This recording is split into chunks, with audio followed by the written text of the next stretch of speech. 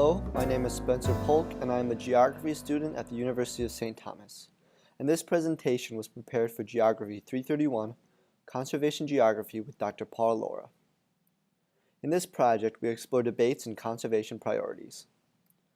Conservation priorities have developed across many historical contexts from which new ethics and scientific understandings have emerged.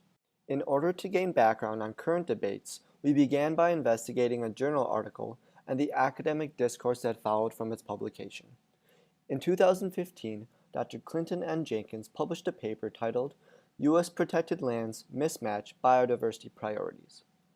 In this article, Jenkins explores the gap or spatial mismatch between where U.S. public lands are and where we should be protecting. He begins by laying out the underlying context of his study. First, that protected areas have become the most widespread and effective means to conserve natural ecosystems. Second, that habitat loss is the primary threat to species survival. And thirdly, Jenkins highlights that the original intent of protected areas in the United States was to protect landscapes, not biodiversity. Within this context, Jenkins lays out his methods and identifies his priorities. His first priority is the concentration of endemic species. Secondly, he prioritizes areas of low protection. With both of these variables concentrated in the southeast, his final priority map identifies the southeast as a high priority area for conservation. A second pattern he identifies is that the high priority areas for individual taxa do not overlay. For example, although amphibians and reptiles have similar patterns of endemism, their highest priority areas are marked differently. In response to Jenkins's article, Dr. Christopher J. Brown replies with a letter titled, Effective Conservation Requires Clear Objectives and Prioritizing Actions, Not Places or Species. While he commends Jenkins for mapping patterns of species diversity, an important part of conservation planning, he identifies the scoring systems used by Jenkins as biologically ineffective and economically inefficient. In this claim, Brown cites an article titled 6 Common Mistakes in Conservation Priority Setting, which highlights faults in some priority scoring systems similar to the one used by Jenkins. However, Brown is unspecific in his exact criticisms of Jenkins's priority scoring system, which he seems to refer to. Moving on, Brown highlights 4 critical lessons in conservation priority setting. First, that priority setting requires explicit and defensible objectives. Second, that conservation plans should prioritize actions, not species or places, and that prioritizing species does not clarify what actions should be taken to avert species declines. Third, that conservation plans should consider at least some of the economic, political, and social constraints on actions. And finally, that decisions must account for the composition of species assemblages across sites. Brown's first 2 lessons point back to the article he cited to criticize Jenkins's scoring system. His third lesson also alludes to this article, which similarly emphasizes the need to consider political realities when setting conservation priorities. His fourth lesson cites a paper by Dr. Kirkpatrick, which specifically outlines the importance of complementarity in conservation. With these 4 lessons in mind, Brown endorses another conservation priority analysis done by Dr. Withy et al., which factors in the return on investment, shifting conservation areas toward the central and western United States.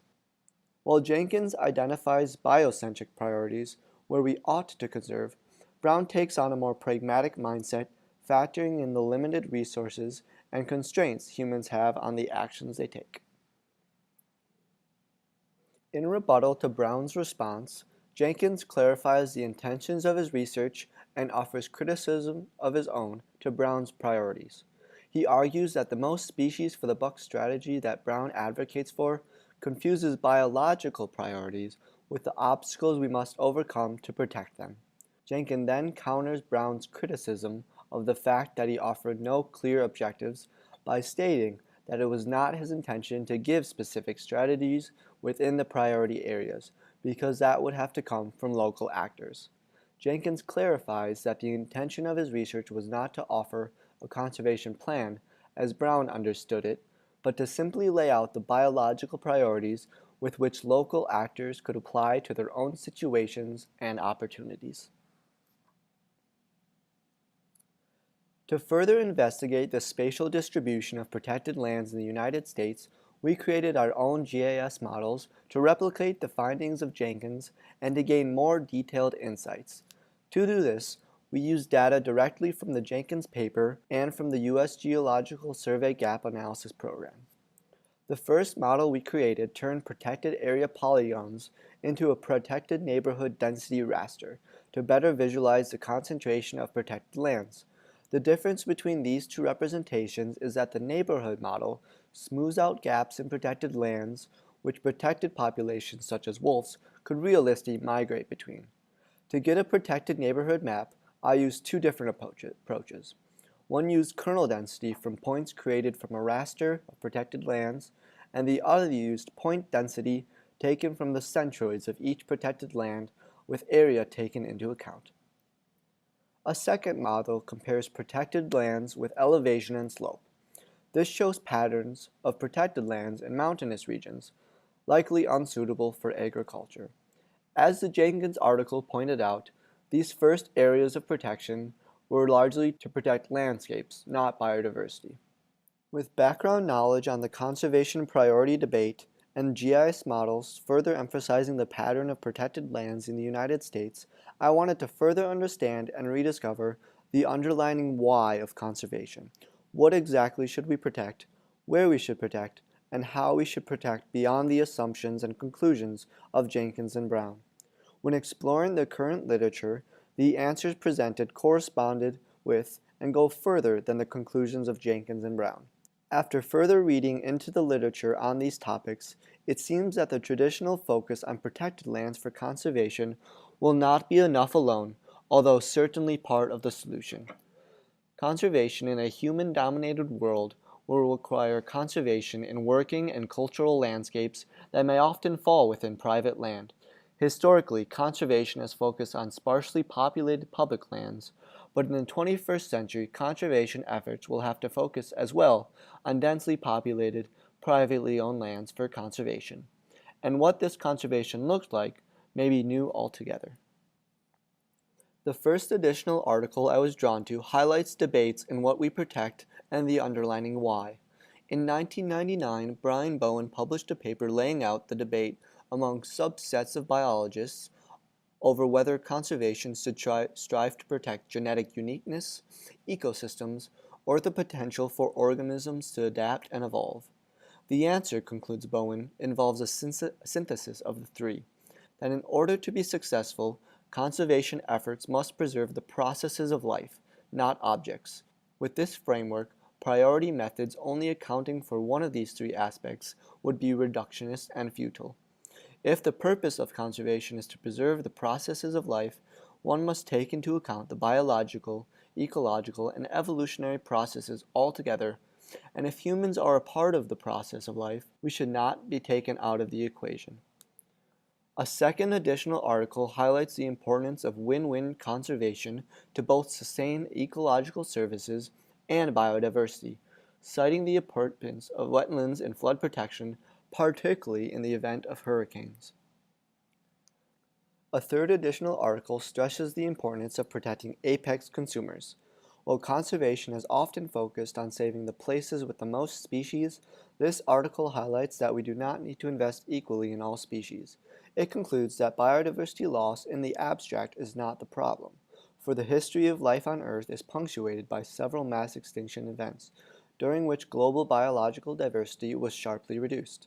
However, the problem is that the extinction process being driven by humans today is targeting apex consumers. This research highlights the far-reaching effects the disappearance of these animals have on processes as diverse as the dynamics of disease, fire, carbon sequestration, invasive species, and biogeochemical exchanges among Earth's soil, water, and atmosphere. Even if protected areas mitigate threats to biodiversity, such as habitat loss and fragmentation, overexploitation, and the spread of invasive species, when large apex consumers are missing, protected areas often fail to function as intended. The diagram on the right shows the differences in the environment with and without several different apex consumers. A fourth additional article I found relevant, especially in the context of the Jenkins article, mapped the overlap of endemism with agriculture and urban areas. This overlap resulted in a very similar map to the Jenkins priority map. These similarities can be accounted for by recalling the GIS models we looked at, which showed how the creation of conservation areas were first done in areas unsuitable for agriculture or human settlement. This further shows how important conservation is in working in urban landscapes. With what I observed in the following articles, it became clear that how we do conservation has and will change in the future.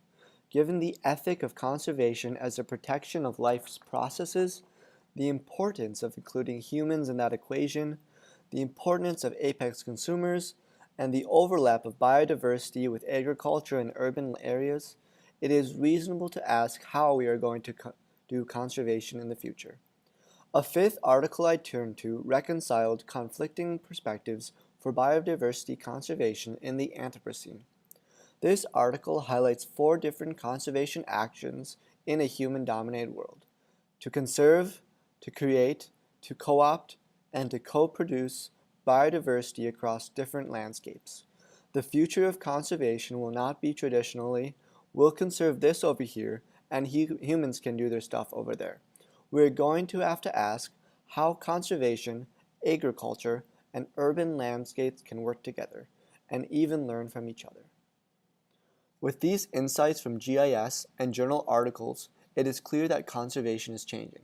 Over time, different socio-political, legal, and scientific influences have shaped conservation in the U.S., which is continuing to evolve. In the past, conservation was done to protect the aesthetic and cultural value of landscapes predominantly in the sparsely populated West. Today, the priorities have shifted. It is my conclusions from the information presented that the underlying purpose of conservation today should be not only to preserve the cultural and aesthetic value of landscapes, but to promote and protect the processes of life, biological, ecological, and evolutionary, which are important to both human and non-humans. While life on Earth has seen massive losses of biodiversity in the past, it has recovered with the process of speciation. However, human influences, particularly on apex consumers, have been consequential to the stability of life's processes.